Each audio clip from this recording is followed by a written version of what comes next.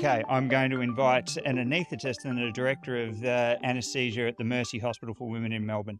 Andrew is a long-time educator and simulationist, and for many of us who trained in Melbourne, he was our introduction to the world of crisis management with his masterful debriefs as the supervisor of the EMAC course at Monash Medical Centre.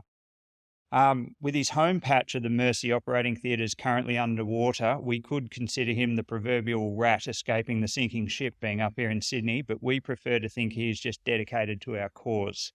Andrew's going to facilitate a discussion around the role of video laryngoscopy in current anaesthetic practice, and specifically whether it is defensible to use a tool that has been demonstrated to be inferior when we have the superior tool available. Andrew, welcome to the podium. Thank you, Adam. I'll get my my discussers down to the front if I could at the same time, and I'll introduce them all. So hopefully they're all here now.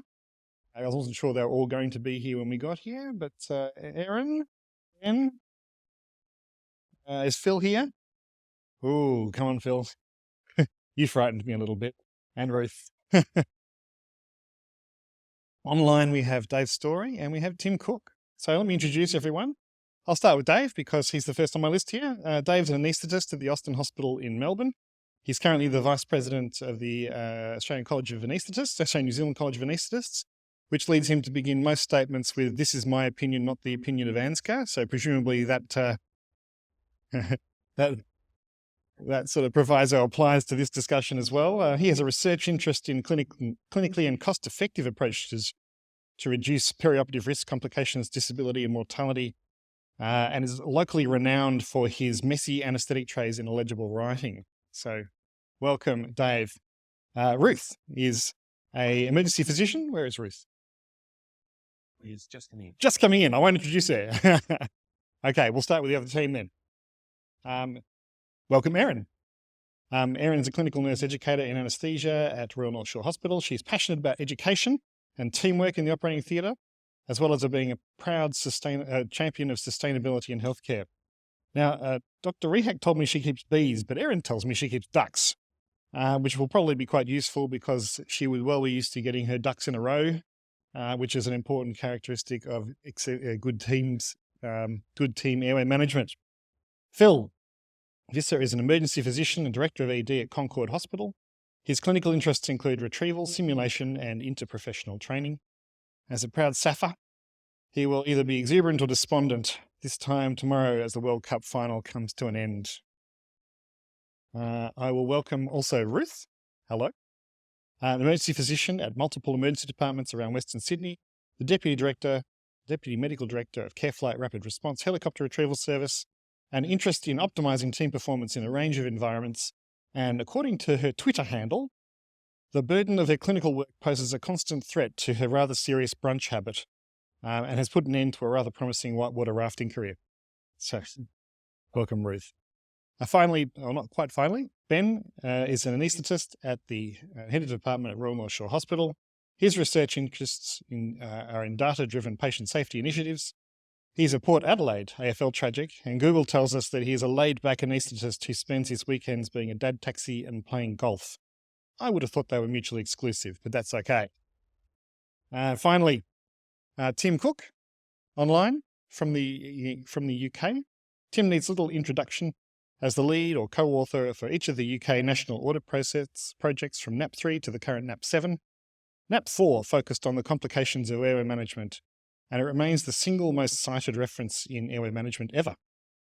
It has had a profound impact on the way that airway management is done far beyond anaesthesia. Tim is an anaesthetist and intensivist at the Royal United Hospital in Bath. And if this isn't already enough, Google tells me that he may also be the CEO of Apple. It's bad time. But that might just be a rumor. So if I could have our first slide, our title slide. So today we're going to talk about whether the use of a direct laryngoscope is still defensible in 2023. Now, clearly that's a contentious thing to say, isn't it? But nevertheless, people are saying it.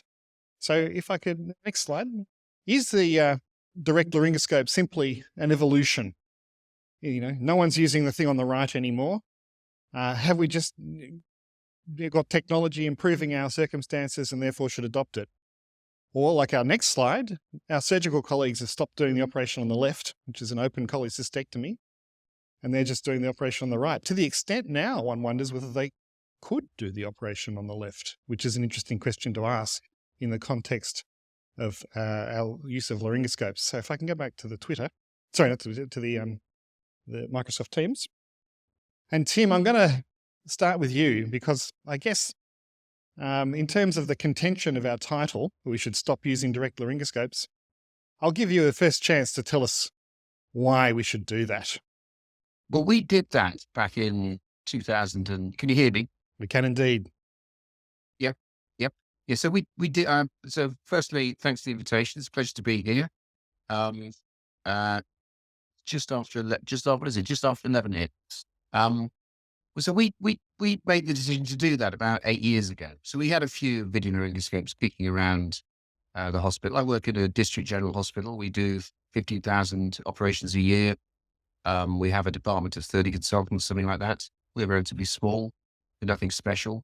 But about 7, 8 years ago, we decided to get rid of video laryngoscopy. We did it against the trend. So before we did it, we asked our department if we thought it was a good idea. And a third of the department said yes, a third said they were neutral, a third said they didn't want us to do it. So there was not a strong consensus that we should do it. We collected no data other than whether the laryngoscope failed, which it did once in the first 3 months. And after about 3 months, getting a very big echo, after about 3 months, there was a massive consensus that video laryngoscopy was a standard of care, that we should never get rid of it, and that people would resign if there was an effort to get rid of it. We had the video laryngoscopes on loan at the time, and it took us 50 versions of a business case to get it through the hospital trust. So we weren't, we didn't live in a city with, gold-plated hospital where we could just simply turn on the tap of money. We were competing against everybody else who wanted to do things. And our business case was based mainly on safety. It was an evidence-based business case. For me, the debate on whether video laryngoscopy is better than direct laryngoscopy is done. It's dusted. It's a pointless discussion. It's clearly better. Whether it's safer comes out of the same data, and I believe it is clear that it is safer. And I think the debate really needs to move on to which video laryngoscope or scopes we should be using, not whether we should be using them. So we've now been using it for 5 or 7 years, universally, never using anything else. No one in our hospital would go back to it. Go back to direct laryngoscopy. I'll pause you there, Tim, because I think we should give everyone else a bit of a crack, particularly at the contention that the argument is done and dusted, because if it is, we should just go to morning tea. Dave, I might bring you in here. I think you might have an opinion on some of the evidence. So what do you think about the evidence saying that it's, I guess that we should give away the direct laryngoscope? What do you think of that? I think one of the largest collections of evidence is the Cochrane review that Tim was one of the authors of. And I think to their credit, they did a very good job. And I think we're very honest about their findings. And I have 2 thoughts about it. The first is, what is a clinically important endpoint in studies of video laryngoscopy? And so if you look at the 4 major things, I would agree that failed intubation, more than 3 attempts, is clinically important. I'd agree esophageal intubation is clinically important. I wonder about the actual clinical importance of success in first pass. You could argue either way. And I wonder about the clinical importance of a SATS less than 94%. I would agree that SATS less than 90% is heading towards being clinically important. But are the particularly first pass, or particularly I think the O2 SATs, a surrogate for harmful hypoxemia rather than actual harmful hypoxemia? So there's that issue about the endpoints. Probably the other issue, and to their credit, the research team were very upfront about this, is the enormous problem of bias in these studies, in that neither the observers nor the intubators are blinded. And some will be what I'd call enthusiasts. And, it may not be overt bias, but it can be covert bias. And so, they have marked down what is the certainty of the evidence. So if you look at the Cochrane review, reminding that at the grade, it's called grade certainty of evidence. So moderate means that they are moderately confident about the estimate, and there's a possibility it's substantially different. Low means that it is likely or possible that it is substantially different, and very low is the true effect is likely to be substantially different. So if we look at the 4 primary endpoints in the studies, failed intubation, so the most important one, moderate certainty, that is only moderately certain, and it's possible that the results are actually substantially different. Esophageal intubation is low, so that means that there is it may be substantially different.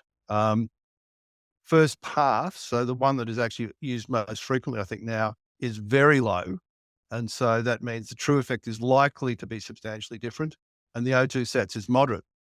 So to my mind, particularly if we're going to make a really major change, and this is where I would wear my ANZCA hat, if ANZCA Safety and Quality Committee were to recommend that all departments move to video laryngoscopy, we would be using evidence such as this, which is at best moderate in certainty, and how important the endpoints are is unclear in terms of actual risk of patient harm.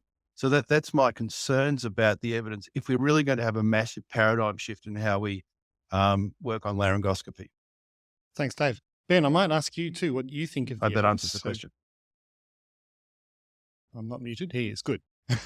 What do you think of the evidence? Because I know you have some opinions there as well. Yeah, look, I sort of liken it. The argument is that we're using video laryngoscopy because it's safer and because I think Dave and I have lost. You got it?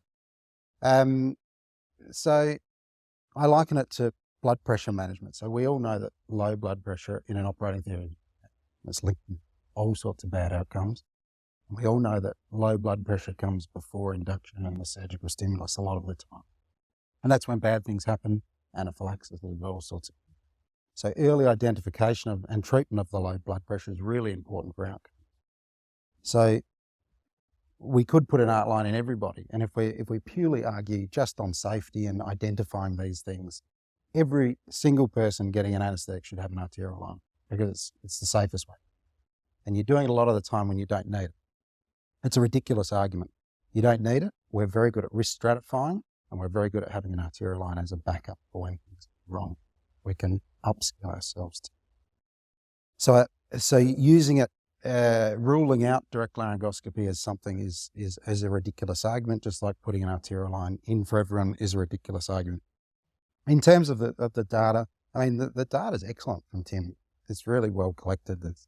It's incredibly extensive. But the big problem with the data as an anaesthetist is the first pass success rate is around 800 in 1,000. So in other words, they're saying with direct laryngoscopy, about 2 out of 10 times, we can't achieve that between the cords.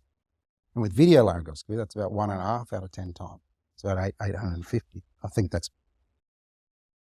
which is not real life at all. I mean, there is no way on earth that with direct laryngoscopy, anaesthetists, at least in my institution or anywhere I work, are failing 2 out of 10 times to put it in. So don't worry about the data. You can disregard it. It's obviously, it doesn't reflect us as anaesthetists. I better give Tim a go to respond to that because it's kind of his data. So No. I think you should go around the room and come back to me later. I'm here. I'm not doing anything tonight. Can stay as long as you want. All right. Well, I'll go around the room a little bit further then. So Phil, as a non-anaesthetist, A1 manager outside the operating theatre, what's your feel on the use of direct versus indirect? So in the department that I currently work, I've been there for a couple of years, and we've got a great setup with the video. And so we use exclusively video for all our intubations. We have a setup with a video screen at the foot of the bed, side by side with the monitor, and we've got another screen mounted next to the on the podium, so the team leader can at the same time see both the screen in the SATs, and the intubator can look at the big screen. For us, I think our cohort is slightly different. We've got people that come in with pre-hospital hypoxia and sudden deterioration. And for us, the video is a massive advantage in that aspect, because you can have immediate overview of what's going on in the entire room. And we've got a lot of operators that are infrequent intubators. So for them, I think the video gives us that extra feedback and input, so that people know if you've got a potential issue with an airway early on, when someone is, you think someone will struggle to get the tube in, that you can intervene. So I think for us, that's just where our practice has drifted to. And as the technology is available, we rely on that. Now, I know you need to have a backup for when your technology fails. And I think a lot of these systems offer us the opportunity to be able to do direct laryngoscopy with the video simultaneously. So I think that's where our practice has drifted to. And I think that's kind of where we sit. And I think for our practice, that puts us in that area where we are comfortable with our airway management, that we don't run into unexpected issues. And we put that additional safety step out from the beginning, because we often deal with someone that's coming in with a deficit already, that we've got a narrow margin to play with. Phil, to what extent do you think you have developed what I'll call a culture of video laryngoscopy? Because I suspect that's one of the differences between places where this statement might be accepted versus places where it might be rejected. And I'll ask Ben too, in terms of a culture of direct laryngoscopy, if you like. So what do you think about, I guess, that statement, going on the back of Victoria's talk this morning? Yeah, so I think we definitely do have the culture where it's been accepted. And like I said, I think that's been across our facility has been the culture for a period of time.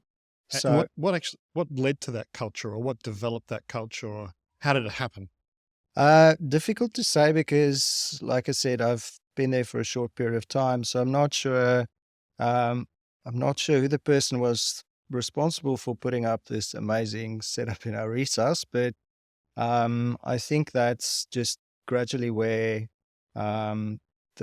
the critical care community in our facility has, over time, has made that step. And it might have happened 5 years ago or more.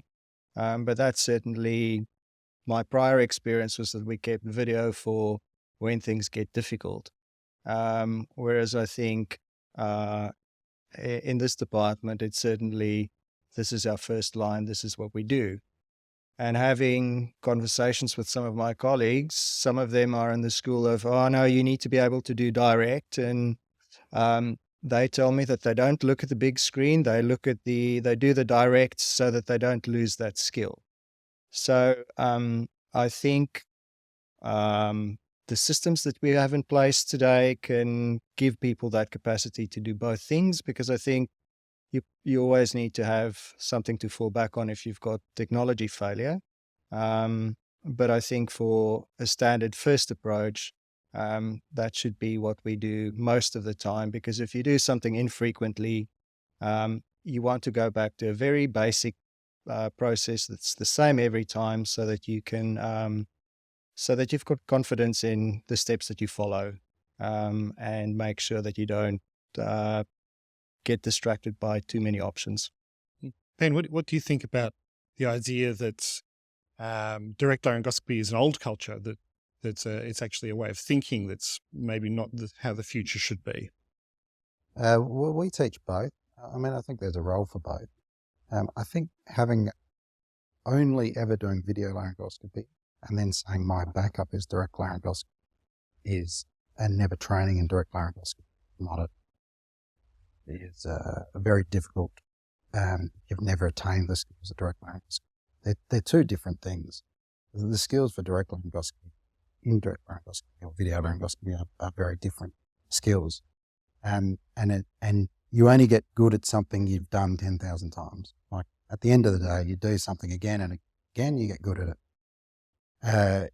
So if you do direct laryngoscopy as your backup, you have to have done it 10,000 times. If you do video laryngoscopy, you have to have done it 10,000 times.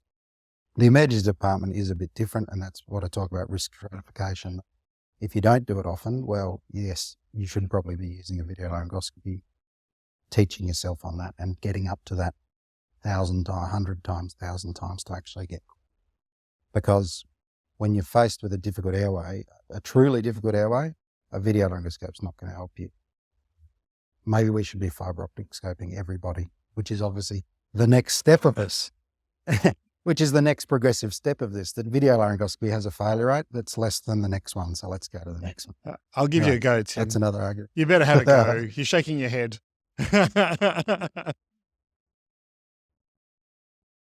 Yeah, I mean, it's a debate, it's a discussion. We can knock it around, but let's not go evidence-free.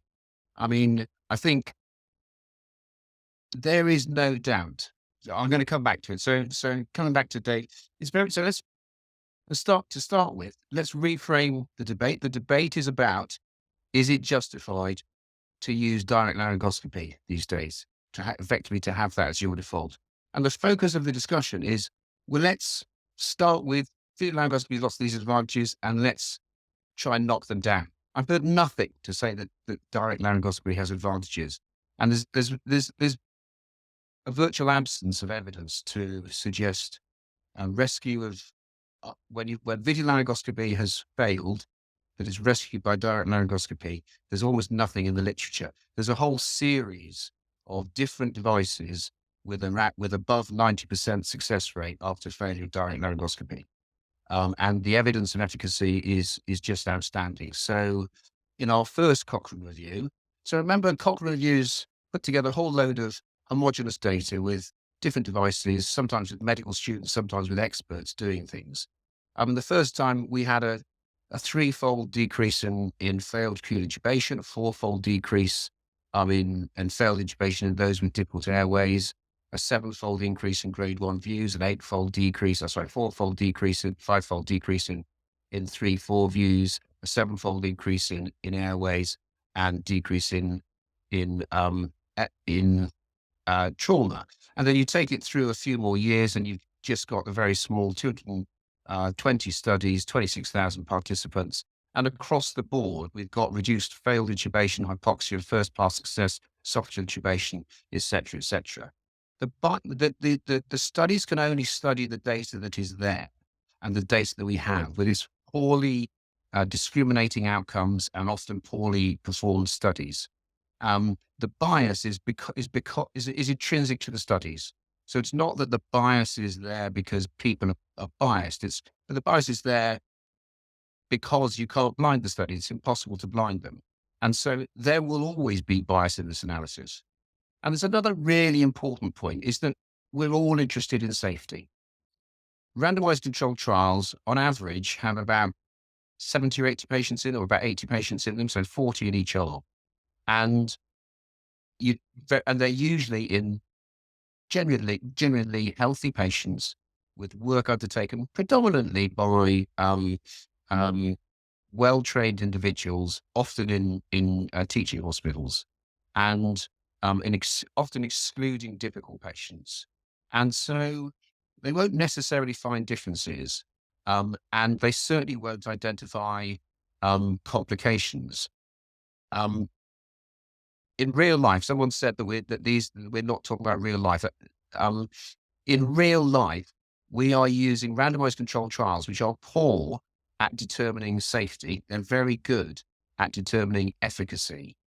And we're using them to decide what airway device we should use to manage our obese patient who's already hypoxic, who's having a rapid sequence induction in the emergency department. when it's all about safety. And that patient, I can tell you, is never going to be in a randomized controlled trial. So the registries are the most useful. The pediatricians are probably ahead of the anaesthetists. Certainly the emergency physicians are ahead of the anaesthetists and intensivists. And those strongly support use of video laryngoscopy. I would say that I've got a slide which I sometimes show, and the person who's not present on the panel is the patient.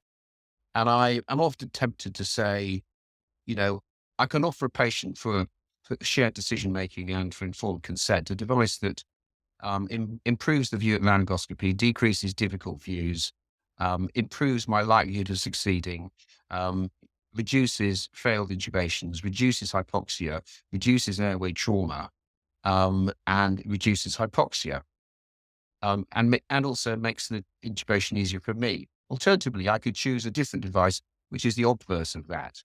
Which would they like me to use for them? It's not about us, it's about patient safety. Excellent. I'll bring Ruth in.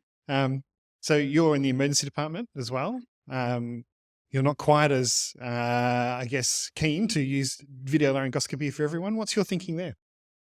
Yeah, I think probably something that's been missing in the debate is the diversity of circumstances and environments that people are intubated in. And I can see lots of out-of-hospital practitioners in the audience, which is great. Hopefully they're going to back my argument. Because I think, unlike Tim's rate of, they had one device failure in a 3-month period, I think there's many more circumstances that we see device failure in that diversity of environments and circumstances. So we see a category of the device is unavailable, and that can range from a small emergency department. I did a locum in Maruya ED last week and down the south coast. They've got one set of blades. So once that a blade has been used, it goes off to be sterilised, the blade no longer available. We see devices timing out. We see someone stood on your pack and the LCD screen may be in 1,000 pieces. So there's a whole range of reasons where the device may be unavailable. Then we see the device complications where it times out, or you're tubing someone on the side of the road in Lithgow on the 2nd of July. It sits at 6 o'clock in the morning, set up lovely on your airway tray.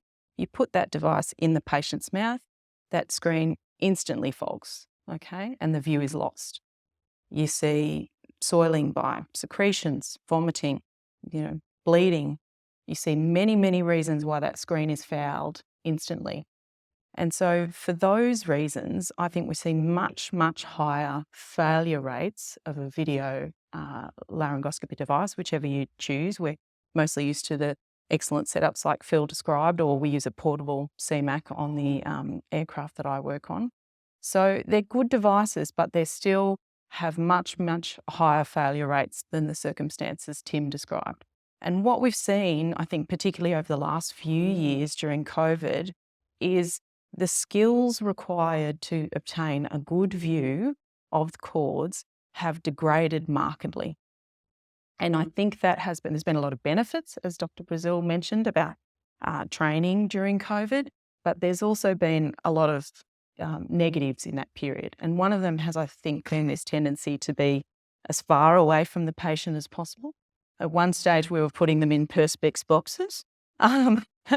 And so we really moved away from that intimate, stepwise approach of breaking the skill down into I'm opening the mouth, I'm looking at the uvula, I'm obtaining good tongue control, I can see the epiglottis, I'm advancing the blade into the vallecula. And that's what I think has been really lost over the last few years.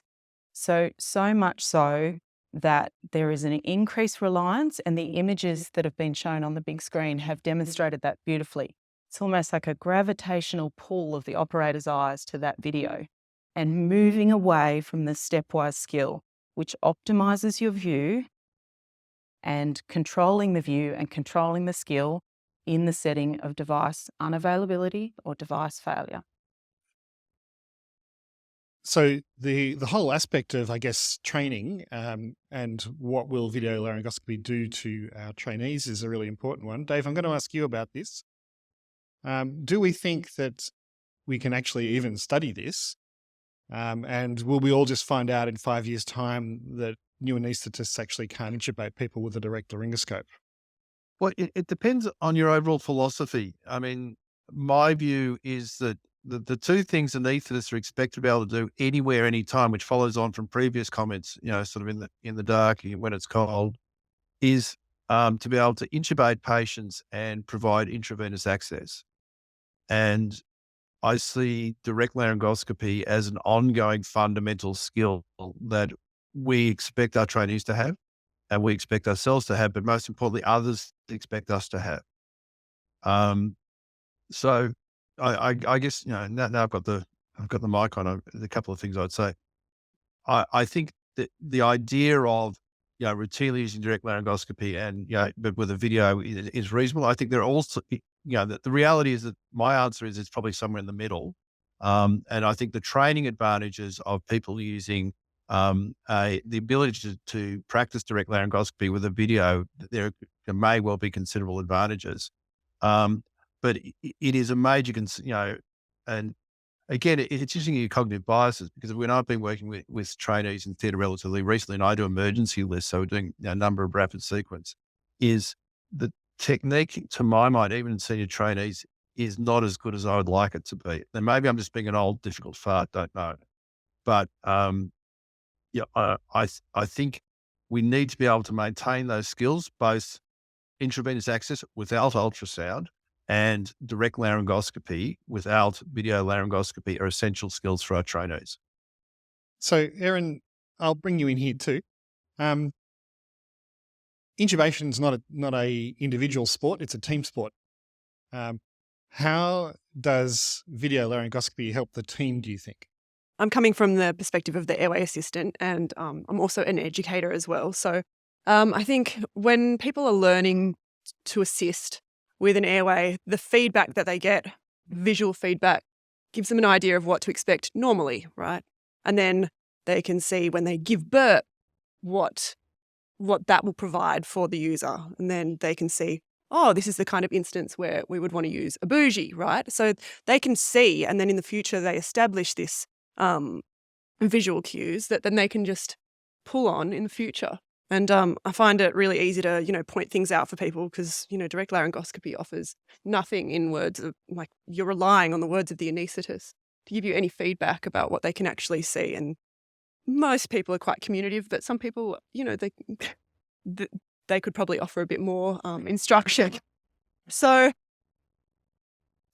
from a sense of teaching and learning for the assistant, I think that the visual is excellent. Yeah. So, Phil, you're in an environment which I guess there would be infrequent intubators, and you also rely very heavily on, teaming, as Victoria would describe it. How do you think the video laryngoscopy improves that? I think for what I've described before, that team dynamic or our setup allows everyone that's part of the team to have awareness of what's going on. So everyone in the room can see that. So we've got that shared mental model as to what's going on with the intubation in those minutes. And I think we've been doing work between our teams to get regular simulation, so that we've got a shared mental model in our approach and what we do. And I think we've seen that transform other real life challenging situations that we've had, where people have practiced in simulation before, or they've been down to the environment. So I think, as Erin has said, that's kind of it brings everyone into the room, and everyone's part of the situation that we're dealing with. So, Tim, can I put a question to you? I was wondering about this topic a little bit, and I'm largely unburdened by a deep understanding of the literature. So I wondered if in 5 years' time, we're going to discover that the increased success rates and the increased ability to make a video laryngoscope do what we want it to do is predicated on direct laryngoscopy skills. Are we actually going to find in 5 years' time with our trainees and with our junior anaesthetists that video laryngoscopy in that sense is in fact not faster or better or less hypoxia? And is this something we can actually even begin to look at and study? I don't see any particular reason to go down that pathway. I think the skills of video laryngoscopy are probably more easy to teach. Well, I think there's evidence that they are easier to attain and easier to teach than the skills of direct laryngoscopy. But having the skills of video laryngoscopy does not mean that you do not need to, that you cannot retain or indeed develop the skills of direct laryngoscopy. And there's several studies that show if you want to teach somebody direct laryngoscopy, the best way to do it is with a Macintosh-shaped video laryngoscope.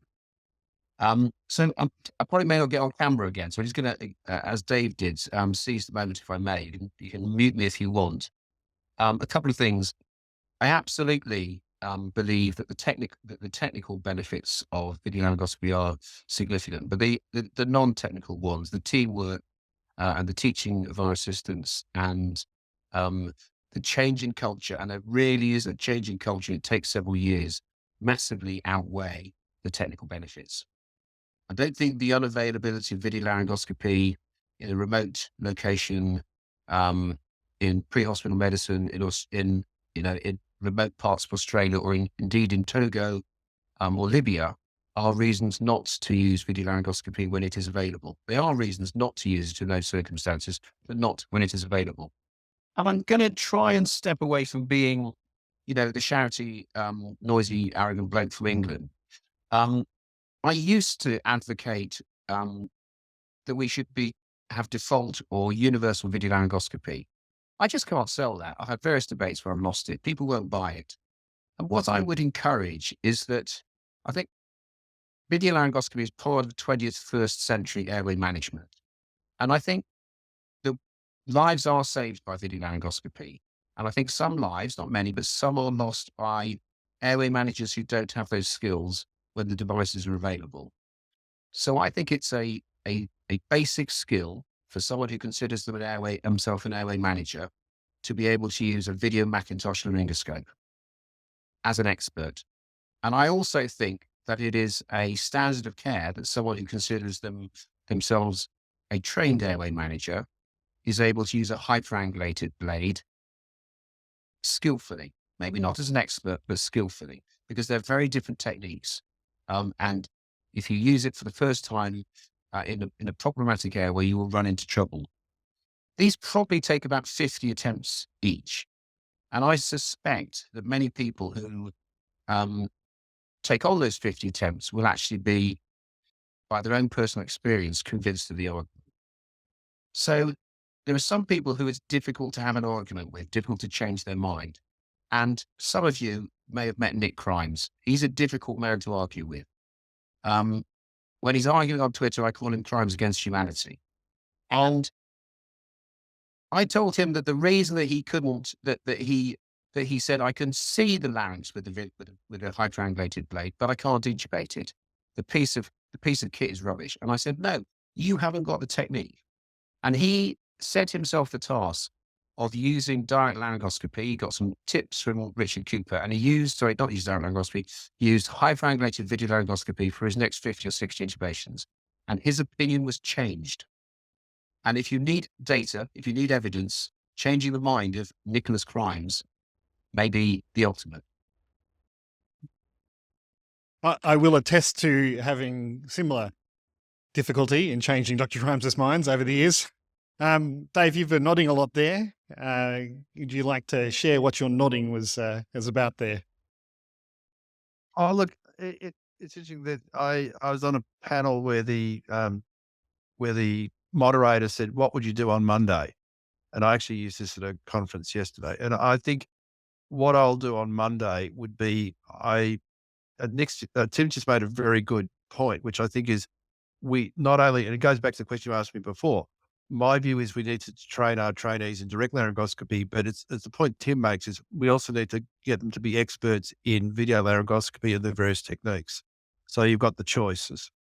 The other thing that I would say is that I will personally probably move now, having heard also the idea about the team's approaches and the value for the assistants, is to train people using the Macintosh video as direct laryngoscopy as a teaching tool. And I think that's that's an excellent idea, and it's what I'll do on Monday. And I think, but from a college point of view, we now have to consider that we ensure the trainees are getting both the direct laryngoscopy teaching, but also the video teaching as well. We haven't really talked yet about sustainability and about waste and about things like that that are associated with using disposable instruments and disposable things. Anyone like to have a go at that? Anyone interested in talking about the increase in carbon footprint that we're going to have from this technique? No one's going to take it on. I'll give you one sentence. Yep. I'll give you one sentence, family. Don't use disposable video laryngoscopes. Something that costs $6, $8 for your blade is not going to be as good as a blade that costs $2,000. Don't be surprised. This may disappoint some of our sponsors, Tim. There is some rubbish out there. So there are some poor quality devices, and the plastic is bulky and they don't work as well. So I would encourage people, because I think, as I said, the debate is we need to move on to which video laryngoscope, not whether we use it. And devices that are not bulky and that are reusable and could be cleaned at a relatively small cost are likely the way forward, in my opinion. I just agree with that. Yeah. I mean, they're all got reusable options, so why wouldn't you use reusable? Why wouldn't you indeed? Good. Because it won't be clean is the next question that I was going to ask. Because how many of these do you need in a department? We've got a few nods. Ruth? I guess just coming back to the teamwork comment too, I mean, I agree with the speakers on the left and Tim in that the true power of VL is that it has turned intubation into a team sport too, just tying in with Dr. Brazil's comment. But I guess the thing is too, I guess we've seen the swing to that, and it's great because when the video comes out and the benefits to the assistant and the whole team is you almost feel the temperature and the anxiety kind of soften in the team. But again, coming back to the circumstances where that's not available, we're on the North Shore pad, we've brought in an adult from retrieval, and now there's a 12-year-old, unconscious 12-year-old with trismus who's been hit by a car at DY. Are you really going to not go to that job and RSI that child in a jurisdiction in New South Wales where paramedics cannot RSI because you don't have video available? And in those circumstances, what I do find is when you only have that direct blade available, again, the anxiety and the temperature in the team goes up. So I'm not disagreeing with the comments. It's great that it's a team sport, but the training, as David touched on, is critical. And the training is not only blinding the operator to the screen, but it is training with a direct device, because as I said, you want to avoid that gravitational pull of the operator's eyes towards that screen. Let me just ask the audience for a second. Who's used a hyperangulated blade? Who has, leave your hand up if you've looked down and then been unable to get a tube in it. And there's a few there, maybe a third, maybe a bit less. So the skills of hyperangulated intubation are clearly quite different. A personal story, my first hyperangulated blade use was, I'm not sure what year it was, 2000 and something. It quickly ended up with my first surgical airway as things went on progressively after that. The training of hyperangulated blades is obviously very important, and I think we could all adopt Dr. Crimes's next 50. I'll ask Ben if your department has had issues with hyperangulated blades in the past, and whether or not you've had trainees get themselves into mischief. We have, because I think hyperangulated blade is very different, and they actually make a normal airway more difficult at times. Anything that you pick up for the first time is difficult. You need to use it a lot of times to actually get good at it. So the 50 times is something that you need to do with any hyperangulated blade. Not just with that, but with any different video laryngoscope device you have. We run 2 video laryngoscopes here at North Shore, 2 different brands. Some anaesthetists won't use one, some won't use the other. Some want a completely different one provided. Some like the hyperangulated blade on one and not the hyperangulated blade on the other. And it's just what people get good at and use. And that's part of you do need, I mean, the question is direct laryngoscopy defensible? It is. And if I put my manager hat on, the environmental cost and the financial cost of, I think I went off, and the financial cost of providing 3 different video laryngoscopes in every single theatre for everyone and as a backup. I'm not as lucky as Tim to work in the incredibly well-financed and NHS. So if we did have the patient in the room, my question with them would be, would you mind me using something that everyone is good at and will be very good and easy for you with backup, or you have to wait another 6 months for your operation? That's how you'd phrase it. Or you could ask them to pay. Yeah. It costs extra $20,000. Thank you. Yes. Any other comments on the use of hyperangulated blades, particularly not necessarily in the operating theatre? So do you guys use them in the emergency department?